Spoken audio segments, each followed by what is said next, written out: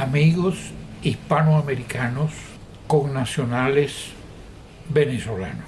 Me tomo un café que parece con sabor amargo de angostura, que por cierto, el amargo de angostura es de Guayana, pero sin embargo tiene una patente de Trinidad.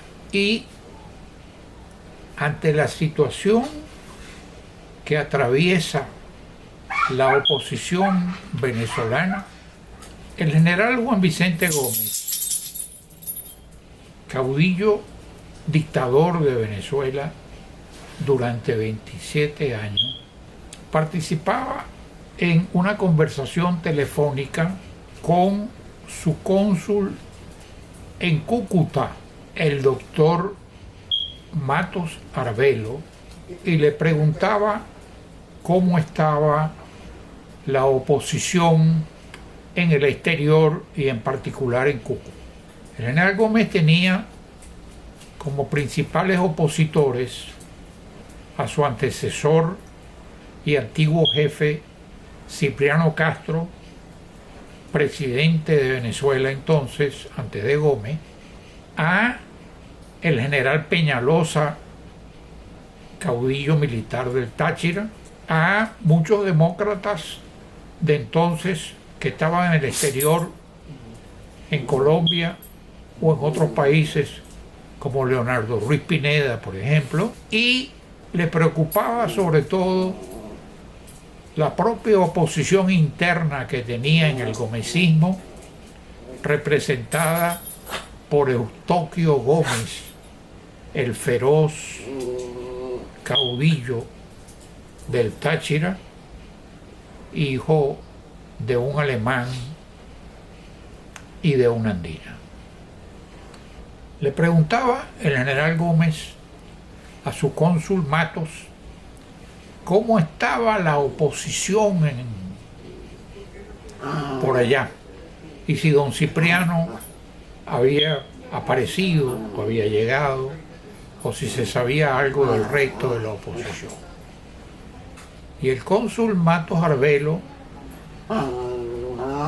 con gran capacidad informativa y gran inteligencia, le dijo: general, la oposición quiere hacer un sancocho y no tiene ni leña, ni manteca, ni agua, ni vitualla, ni tiene chochecos, ni tiene verdura. Chochecos le dicen en los Andes a los plátanos, a los cambures, que como dicen los venezolanos. No tiene leña y parece que le falta los fósforos o algo para prender el sancocho.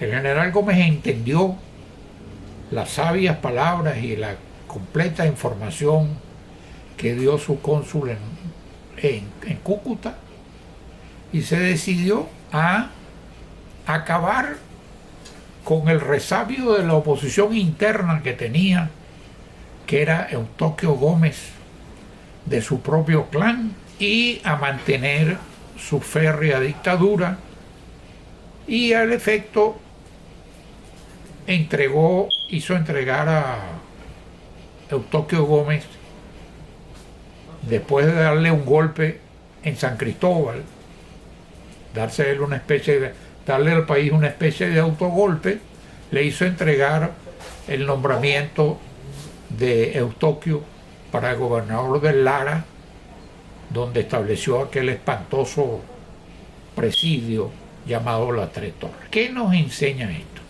La oposición venezolana está en la misma situación que describió el cónsul Matos, y más aún utilizando una palabra de moda de la que hacen burla a veces a propósito de un expresidente de Venezuela, incurrió en el autosuicidio. La oposición venezolana acaba a raíz de el fenecimiento del periodo de la acción de la Asamblea Nacional Opositora, que se constituyó en ejercicio de una facultad constitucional de la vigente Constitución venezolana, acaba de salir de la figura de Guaidó y ha dejado algunas diputadas a cargo de la directiva de la Asamblea Nacional.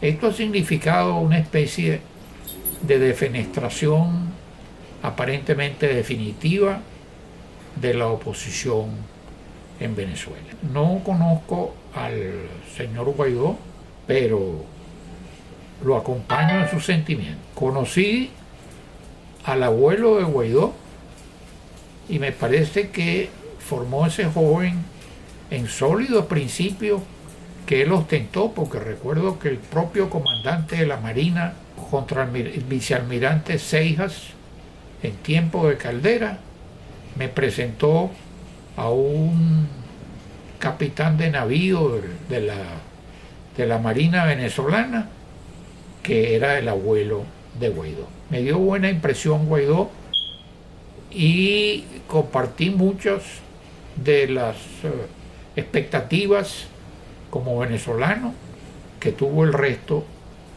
de la población venezolana. Lo grave del asunto es que en este momento está en entredicho parte como resultado de la propia acción de esa oposición y de los partidos que constituyen, y la mayoría de los partidos que constituye la oposición venezolana, ha quedado expuesto el oro venezolano que está en el Banco de Londres y que durante el gobierno de Guaidó se conservó, y está expuesto también la joya de la corona del petróleo venezolano, que son las acciones de Citgo conservadas en los Estados Unidos. Esto es preocupante para lo que constituye parte del tesoro venezolano. El reconocimiento que se hizo del gobierno de Guaidó por, como decía la afirmación que se hacía, de más de 55 países, es cierto que ha ido mermando, por obra y gracia muchas veces de la política interna de cada país y por obra y gracia de hechos como, por ejemplo, que el pacto andino ya no tiene sentido con gobiernos como el del Perú o el de Colombia, por ejemplo, los gobiernos actuales. Pero lo lamentable es que quede expuesto parte del tesoro de los venezolanos por una circunstancia que viene del propio autosuicidio, para crear una frase famosa y conocida de los venezolanos, una circunstancia que proviene del propio autosuicidio, del propio harakiri que se ha hecho la oposición venezolana. Mientras la oposición venezolana no tenga una actitud firme y unida, no se podrá obtener los éxitos que obtuvo la oposición chilena contra nada menos el tirano Augusto Pinochet. Recordemos brevemente la situación de Chile. Chile estaba gobernada por un dictador feroz que había derrotado que había provocado la caída del presidente constitucional Salvador Allende. En ese momento se buscaba por parte de la oposición chilena una salida a aquella terrible situación, y la oposición chilena logró salir gracias a su unidad. La situación de la dictadura de Pinochet era tan terrible que en Santiago se hacía el chiste de qué son las urnas, de qué hacen las urnas en Chile, y haciéndose los argentinos, los chilenos decían de Pinochet. La situación de Venezuela puede parafrasearse también, porque habría que ver si las urnas en Venezuela se hacen del árbol del mango maduro, y habría que parafrasear un poco la situación chilena y la situación venezolana con lo que acaba de ocurrir en Italia, donde se capturó al jefe del clan Corleone, del famoso Padrino de la película, al señor Messina, y cuando se le hace el comentario, el porqué de su caída, y se le pregunta quién es él, el señor Messina dice que él tiene un cementerio particular. ¿Cuántos cementerios particulares no están hechos con urnas de Pinochet o de mango maduro? El caso es que debo decirles que me estoy tomando un café que me sabe amargo de angostura, porque la situación para Venezuela es muy amarga. En este momento acabo de ver un video de los maestros desfilando por los sueldos que tienen, y una de las dirigentes de los maestros dice, bueno, no hay dinero todavía del petróleo, porque todavía el negocio que se ha hecho con la Chevron es un negocio pírrico, pero el dinero del arco minero, lo que se saca del coltrán, ustedes saben que el coltrán, por ejemplo, que sale del arco minero venezolano, va por el puerto de Buenaventura en Colombia, movido por el Ejército de Liberación Nacional luego de su extracción en Venezuela, sale por el puerto de Buenaventura hacia el Pacífico y llega a Corea,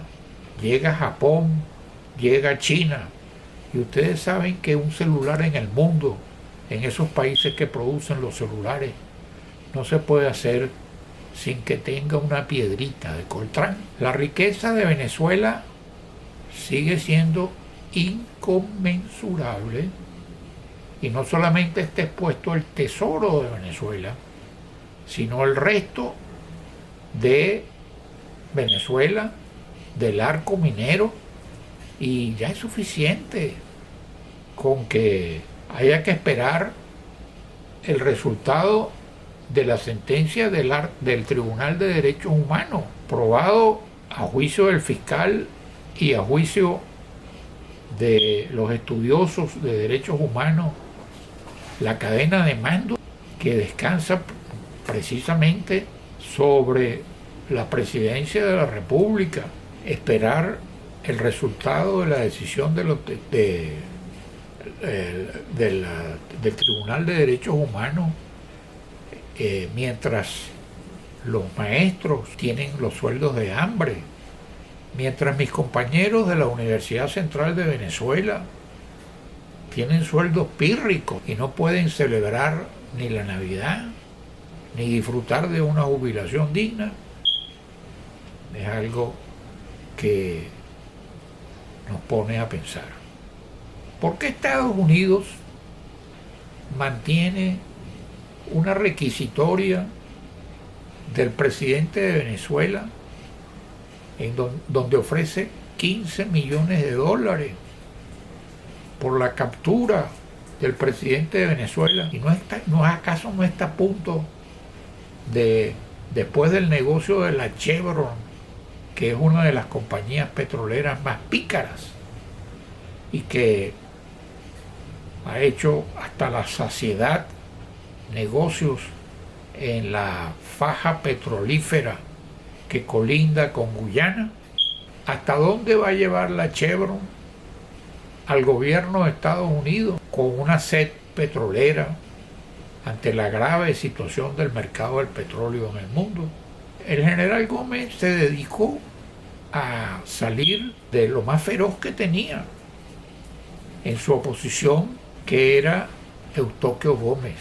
Nadie ha dado un paso por los opositores internos que tiene el gobierno del presidente Maduro y que son tan peligrosos que no debo mencionarlo porque me expongo a que mi cabellera me sea recortada como hacían los indios con sus enemigos.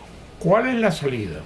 La unidad de la oposición. El doctor Alejandro Arratia, en un excelente trabajo, analiza el caso de Chile, analiza el caso de España y analiza el caso de la oposición en Venezuela, cuya unidad en cada caso produjo el fin del régimen anterior.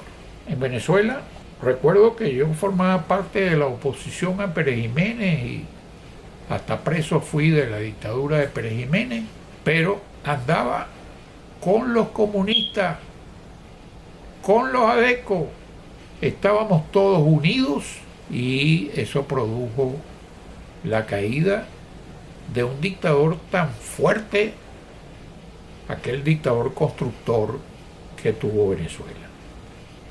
En Chile, después de la muerte de Allende, se introniza a Pinochet. ¿Cuál es la salida? La salida es la oposición unida. El doctor Alejandro Arratia analiza el caso de Chile, el caso de Venezuela cuando Pérez Jiménez, el caso de España y el caso de Checoslovaquia. Y concluye que en todos esos casos hubo una unidad absoluta de la oposición. La unidad de la oposición provocó, en el caso de Chile, después de un plebiscito, la caída de Pinochet. Lo mismo ocurrió en el caso checo y lo mismo en el caso de Pérez Jiménez. Mientras eso no ocurra, seguiremos como pasaba con la oposición al general Gómez. Ejemplos son que en el caso de Chile, luego del plebiscito, viene un demócrata cristiano, Patricio Aylwin, después de Pinochet, llega al poder porque en Chile están de acuerdo los radicales, los demócratas cristianos, los comunistas, con la salida del dictador. Mientras eso no ocurra, en Venezuela continuará el régimen de Maduro. Muchas gracias. Les ruego que si este video ha sido del agrado de ustedes, pónganle el respectivo like, me gusta y además suscríbanse para seguir recibiendo videos similares. Además, manifiéstenme cualquier pregunta que ustedes quieran hacerme para yo darle inmediatamente. Muchas gracias.